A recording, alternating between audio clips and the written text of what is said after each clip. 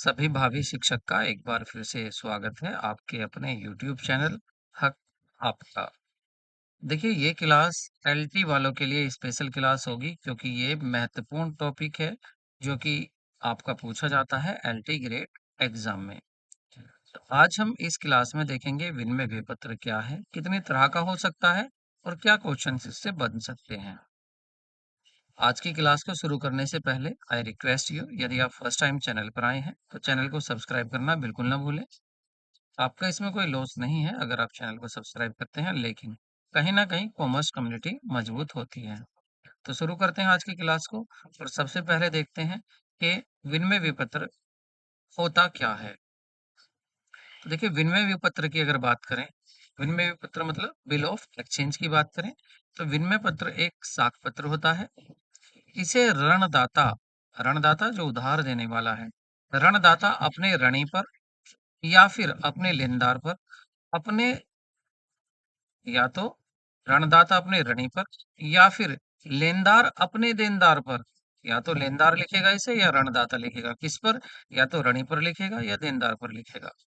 यह एक लिखित शर्त रहित आज्ञा पत्र होता है, ये आपको याद रखना है, यहाँ से क्वेश्चंस पूछ लिया जाता है। तो यह लिखित शर्त रहित आज्ञा पत्र होता है। इसमें लेखक अपने हस्ताक्षर करके, लेखक कौन होगा? जो ऋणदाता है। लेखक अपने हस्ताक्षर करके, लेखक जो होता है वो अपने हस्ताक्षर करके दूसरे पक्ष को आदेश देता है कि वह इसमें लिखी रकम को उसे या फिर उसके द्वारा आदेशित व्यक्ति को या फिर जिसके हाथ में ये बिल ऑफ एक्सचेंज होगा उसको तुरंत कर दे, या फिर एक निश्चित अवधि के बाद उसको भुगतान कर दे, जो भी तिथि लिखी हुई होगी। इस पर नियम के अनुसार, नियमानुसार रकम के अनुसार टिकट भी लगाए जाते हैं। जैसे रकम ज्यादा होती है तो उस पर टिकट लगा दिए जाते हैं। इसे लिखने और स्वीकार करने की तिथि इसमें लिखी होती है कि ये लिखा कब गया है और स्वीकार कब किया गया है।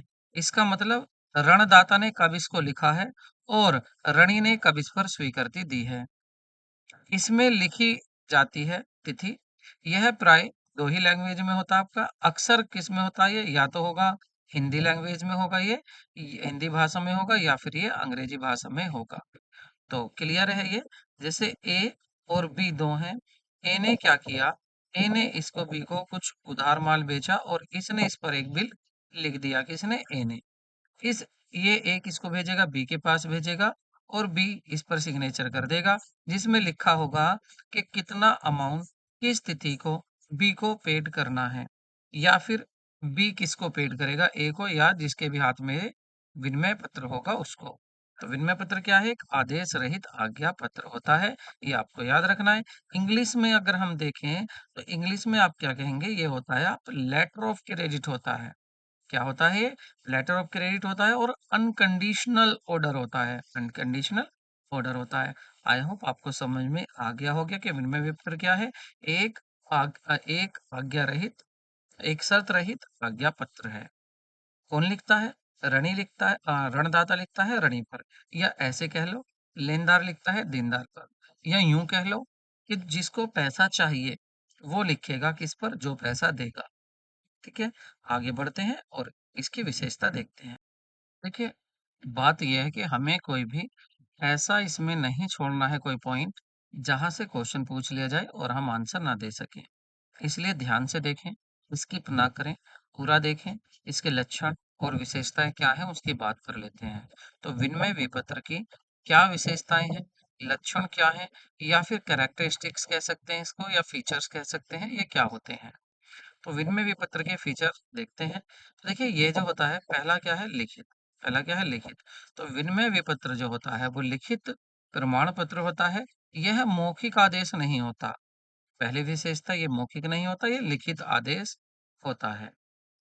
आदेश पत्र, विनिमय विपत्र एक आज्ञा पत्र होता है। क्या होता है? ये आज्ञा पत्र होता है, जिसके द्वारा लेखक, मतलब लेखक देनदार को, लेखक क्या करता है? देनदार को निश्चित धनराशि का भुगतान करने की आज्ञा देता है कि आप इतना भुगतान कर दीजिए इस तिथि तक। हस्ताक्षर की अगर बात करें, मतलब सिग्नेचर की, तो विनिमय विपत्र पर लिखने वाले अपने हस्ताक्षर करता है। जब लिखेगा तो वो अपना तुरंत हस्ताक्षर कर देगा। ठीक है? तो आगे शर्त रहित, आगे क्या है? शर्त रहित, यह शर्त रहित होता है, मतलब यह शर्त रहित आज्ञा पत्र होता है। लेखक इसमें किसी प्रकार की शर्त नहीं लिखता है। ऐसी नहीं होती है कि आप जब ही पेमेंट करेंगे जब आपको ये कुछ देगा बदले में, ऐसा कुछ नहीं होता। शर्त रहित होता है, बिना शर्त शर्त के ये होता है, बिना कंडीशन के होता है। इसका मतलब अनकंडीशनल ऑर्डर होता है ये। कैसा ऑर्डर होता है ये? अनकंडीशनल ऑर्डर होता है। रकम, यह निश्चित रकम के भुगतान के लिए लिखा जाता है और इसमें रकम अंकों में, शब्दों में, दोनों में ही लिखी जाती है। किसी वस्तु का भुगतान करने के लिए नहीं लिखा जाता। ये रकम का भुगतान करने के लिए ही लिखा जाता है। टिकट की बात करें तो विनिमय विपत्र पर नियम के अनुसार टिकट रकम के अनुसार लगाए जा सकते हैं, नो प्रॉब्लम। विनिमय विपत्र की अगर स्थान की बात करें तो दाहिने ओर दिनांक होती है, ऊपर स्थान का नाम होता है और ये जो स्थान होता है, ये किसका होता है? लेखक का। ऊपर जो शुरू में जो हेडिंग जहाँ आप लिखते हैं, वहाँ नाम होगा, वो किसका होगा? लेखक का। भुगतान पाने वाला अपना स्थान का नाम इसमें लिखता है, स्थान की जगह।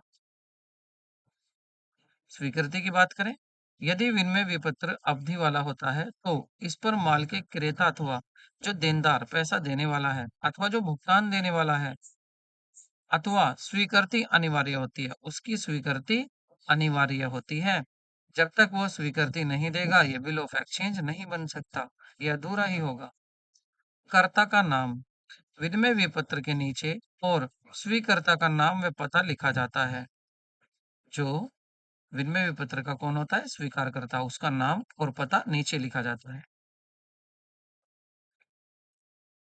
विनिमय विपत्र पर लिखने की तिथि, विनिमय विपत्र उस पर लिखने की तिथि विपत्र की अवधि लिखी तारीख में ही मानी जाती है। विनिमय विपत्र पर तिथि अनिवार्य रूप से लिखी जाती है, बिना इसके बाद नहीं बनेगी। विपत्र का भुगतान मांगने पर तुरंत या फिर एक निश्चित अवधि के बाद किया जाता है। तो ये कौन थे? ये थे इसकी विशेषताएं, कि विनिमय विपत्र की क्या विशेषताएं हैं और क्या इसके मीनिंग थे, क्या इसका अर्थ था। अब देख लेते हैं कि आखिर इसकी पार्टीज कौन सी होती हैं। इसमें आपके विनिमय पत्र के पक्षकार कौन होते हैं, कौन कौन पक्ष होते हैं? तो इसमें देखिए, पहला पक्ष मेन होगा लेखक। कौन होगा?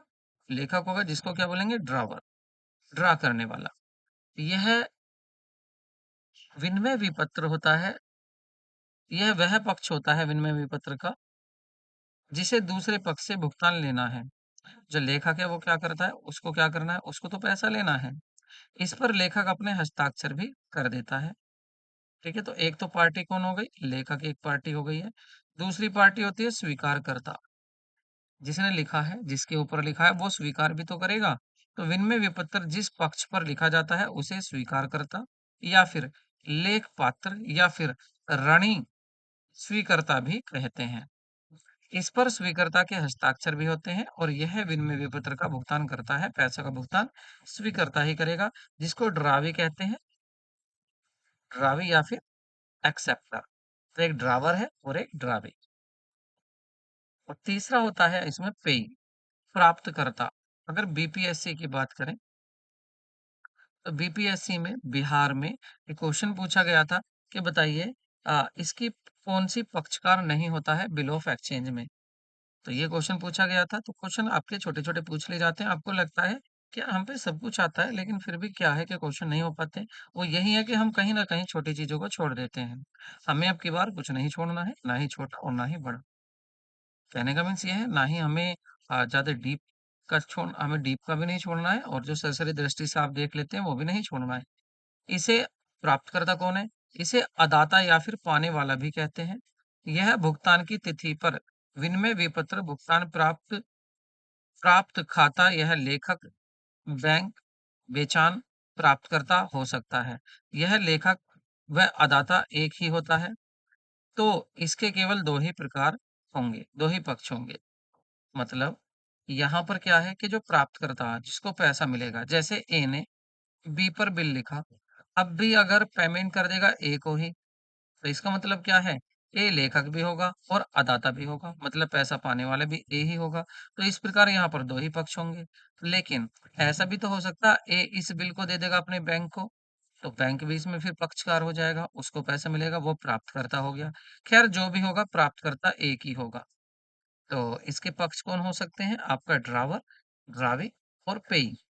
देखिए ये सब आपके पक्षकार हो सकते हैं। अब आप सोच रहे होंगे, जब सर इतना ही हो गया है तो क्यों ना हमें एक विनिमय विपत्र दिखा भी दो। चलो नो प्रॉब्लम, आप विनिमय विपत्र देख सकते हैं। देखिए ये है विनिमय विपत्र का नमूना। ठीक है, इसमें क्या है, यहाँ पर आप टिकट लगा सकते हैं। 25,000 रुपए के लिए लिखा जा रहा है और यहाँ पर दिनांक देखिए ये दी हुई है और कानपुर, लिखने वाले का एड्रेस हो गया कानपुर। और इस तिथि को, जो भी इसमें तिथि लिखी हुई है, 2 माह पश्चात, मतलब ये जो तिथि लिखी हुई है 1 जुलाई, इससे 2 माह पश्चात मुझे या फिर मेरे आदेशित व्यक्ति को 25,000 रुपये देना, जिसका प्रतिफल प्राप्त हो चुका है, जिसके बदले में आपने माल तो पहले ही ले चुके हो आप माल। और सेवा में, किसकी सेवा में है? ये सेवा में है डॉक्टर कुलदीप मोहन भगत रोड, मुजफ्फरनगर। ये कानपुर वाले लिख रहे थे किस पर? मुजफ्फरनगर पर लिख रहे थे, जो मुजफ्फरनगर के हैं कुलदीप मोहन, उस पर। ये कौन है? ये स्वीकृत हैं। ये कुलदीप जो है ये स्वीकृत करेंगे और इनका एड्रेस ये रहा। ठीक है। डॉक्टर राजगुप्ता, ये डॉक्टर राजगुप्ता कौन है? ये रहे जिसने ये लिखा था। ठीक है। तो इस तरह से ये आपका विनिमय विपत्र होता है। मैंने आपको इसका नमूना या कह लीजिए इसका फोटो भी दिखा दिया है। अब आगे बढ़ते हैं और देखते हैं विनिमय विपत्र के भेद, या कह सकते हैं type of bill of exchange. ये वेरी इंपॉर्टेंट है, आपको पता होना चाहिए और यहाँ से क्वेश्चंस आपका जरूर बनेगा। तो देखिए, अवधि के आधार पर हो सकते हैं, अवधि के आधार पर, या फिर हो सकते हैं ये स्थान के आधार पर, या फिर हम इनको डिवाइड कर सकते हैं प्रयोग के आधार पर, या फिर हम इनको डिवाइड कर सकते हैं भुगतान पाने वाले के आधार पर, और या अंत में हम डिवाइड कर सकते हैं भुगतान के आधार पर। भुगतान पाने वाले के आधार पर और साथ में भुगतान के आधार पर। भुगतान पाने वाले के आधार पर हो सकते हैं और भुगतान के आधार पर। तो पहले देख लेते हैं, सबसे पहले बात करते हैं अवधि के आधार पर। तो अवधि के आधार पर कौन-कौन से हो सकते हैं हमारे अवधि के आधार पर? अवधि के आधार पर बिलों को 2 भागों में बाँटा गया है। कितने होंगे? 2। अवधि के आधार पर कितने तरह के बिल हो सकते हैं? 2 तरह के हो सकते हैं। कौन-कौन से हो सकते हैं? दर्शनी विनिमय विपत्र हो सकते हैं, मतलब डिमांड बिल। क्या हो सकते हैं? डिमांड बिल हो सकते हैं। दर्शनी क्या हो सकते हैं? दर्शनी बिल हो सकते हैं, डिमांड बिल हो सकते हैं। इन विपत्रों का भुगतान मांगते ही किया जाता है। इन विपत्रों पर टिकट नहीं लिखा गया लगाया जाता है और इसकी स्वीकृति की आवश्यकता भी नहीं होती है। इस बिल में समय अवधि के स्थान पर, मांग पर या फिर दर्शन पर या फिर प्रस्तुति पर आदि शब्द लिखे जाते हैं। तो आपको याद रखना है, कहाँ से क्वेश्चंस बन सकता है कि दर्शनी पर क्या लिखा होता है? दर्शनी पर लिखा होता है मांग के आधार पर, दर्शन के आधार पर प्रस्तुति या फिर प्रस्तुति पर इनका भुगतान करना पड़ता है। जैसे ही आप दर्शन करेंगे तो दर्शनी का भुगतान करना पड़ेगा, जब भी माँगा जाएगा पैसा तभी आपको पैसा देना पड़ेगा। अब इसका अगर दर्शनी के आधार पर देखे जाए, तो चलो दिखा देता हूँ ये कैसा होता है, इसका भी फ़ोटो देख लेते हैं। देखिए दर्शनी विपत्र का नमूना, तो आप देख रहे हैं, देखिए यहाँ 2000 तो है, लेकिन आपको अब की बार यहाँ टिकट की जगह नहीं दी, तारीख लिखने की हो गई। किसको लिखा गया है उसका नाम है, किसने लिखा है उसका भी नाम है। मांग पर तुरंत केवल मुझे या फिर मेरे आदेश अनुसार 2000 रुपये का भुगतान किया जाए। प्रतिफल प्राप्त हो चुका है आपको, इसका मतलब माल तो आप खरीद चुके हैं। अब आप ये देखो, क्या इस पे ये लिखा हुआ 2 महीने में देना आपको, 3 महीने में देना है? नहीं ना। तो वक्त इस पर, तारीख नहीं है, समय नहीं है इस पर, तुरंत देना है कह रहा है। तुरंत आपको देना पड़ेगा, जब भी आपके सामने ये हाजिर होगा, आपसे मांगा जाएगा तो आपको ये तुरंत देना है। नेक्स्ट देखते हैं, किसकी बात कर रहे थे हम कर रहे थे अवधि के आधार पर, दर्शनी हो सकता है या फिर मुद्दती। मुद्दती मतलब समावधि विपत्र हो सकता है। इस प्रकार के विपत्र का भुगतान एक निश्चित अवधि के बाद किया जाता है। इस प्रकार के विपत्र पर समय लिखा जाता है। इस प्रकार के विपत्र पर टिकट लगाना और स्वीकृति करना भी अनिवार्य होता है। तो ये कौन सा हो गया? ये तो वही होगा जिसकी अभी हम बात कर रहे थे। ये कौन सा हो गया? जिसका मैंने आपको शुरू में फोटो दिखाया था, जैसे कि ये रहा। इसका ये बिलो ये हो जाएगा।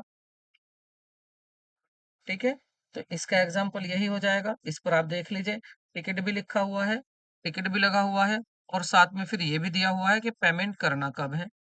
तो आप इस तरह से जो आपके बिल ऑफ एक्सचेंज है उसको आप इसके आधार पर आप इसको बांट सकते हैं अवधि के आधार पर। तो अवधि मतलब समय दो तरह का हो सकता है। एक तो डिमांड करने पर तुरंत पेमेंट करना है, और दूसरा फिक्स्ड टाइम बिल, मतलब जो टाइम है लिखा हुआ उस पर तभी पेमेंट होगा। और फिर बिल को आप कैसे बांट सकते हैं? तो आप बांट सकते हैं बिल के प्रकार, दो प्रकार के किसके आधार पर हो सकते हैं? स्थान के आधार पर। अब स्थान के आधार पर कौन कौन से हो सकते हैं? स्थान के आधार पर हो सकते हैं देशी विपत्र, मतलब ये हो सकता है अपना देशी इंडियन बिल, इंडियन बिल। इस विपत्र का लिखने वाला तथा स्वीकार करने वाला दोनों ही दोनों एक ही देश के रहने वाले होते हैं। इस पर टिकट एक बार ही लगाया जाता है। इसका भुगतान भारत में ही किया जाता है। तो अगर आप इंडिया में बिल लिख रहे हैं, इंडिया में पेमेंट हो रहा है, दोनों ही पक्ष इंडिया के हैं, तो ये क्या हो जाएगा? देशी विनिमय विपत्र हो जाएगा। और इसका नमूना कैसा होगा? आप दे सकते हैं देशी पर वही अपना टिकट वगैरह, और सेम कुछ सब कुछ लिखा हुआ है। और आपके देखिए आज से 2 मास पश्चात मुझे या मेरे आज्ञानुसार 500 रुपये का भुगतान किया जाए। डेट भी लिख दी है यहाँ पर, ठीक है। और दूसरा हो सकता है विदेशी विनिमय विपत्र। जब विदेशी विनिमय विपत्र कब होगा? जब लेखक या फिर स्वीकार करने वाला दोनों ही अलग अलग देश के रहने वाले होते हैं। जैसे बिल के लेखक श्री अमित कुमार मुजफ्फरनगर मुजफ्फरनगर अर्थात भारत के हैं, तथा विपत्र स्वीकार करने वाला सुनील कुमार अमेरिका में रहने वाला है। तो यह विपत्र विदेशी विपत्र कहलाएगा। विदेशी विपत्र की 3 प्रतियां तैयार की जाती है। पहला प्राप्त विपत्र स्वीकृति की तिथि को भुगतान का आधार माना जाता है। पहले प्राप्त विपत्र की स्वीकृति की तिथि को भुगतान का आधार माना जाता है। इस पर दोनों पक्ष टिकट लगाते हैं। तो देखिए, जैसे आपने जब भी इस पर डेट लिखी तो जो पहला बिल बनाया जाएगा उसी को भुगतान का आधार माना जाएगा। मतलब वहीं से अगर 2 महीने का बिल है तो उसी डेट से आगे ब- महीने काउंट किए जाएंगे। ये कैसा हो सकता है? ये इस तरह का हो सकता है। आप देख सकते हैं इंग्लिश में लिखा हुआ है, और यहाँ पर आप देख रहे हैं, देखिए मेन बाजार ये लंदन है। और यहाँ पर आप देख रहे हैं ये कहाँ का है? आपका कानपुर, इंडिया का है। ठीक है, एक पार्टी इंडिया की और एक लंदन की है। प्रयोग या फिर उद्देश्य के आधार पर कितने तरह के हो सकते हैं? तो ये 2 तरह के हो सकते हैं। अभी तो दो तरह के आ रहे हैं सारे बिल। तो व्यापारिक विनिमय विपत्र हो सकते हैं। विनिमय विपत्र कौन से हो सकते हैं? व्यापारिक हो सकते हैं, या फिर अनुग्रह हो सकते हैं। अब व्यापारिक कौन से होंगे? इन विपत्रों का प्रयोग उस समय किया जाता है जब माल उधार खरीदा या बेचा जाता है। इस प्रकार का विनिमय विपत्र विक्रेता लिखता है, और माल खरीदने वाला इन विपत्रों पर स्वीकृति देता है।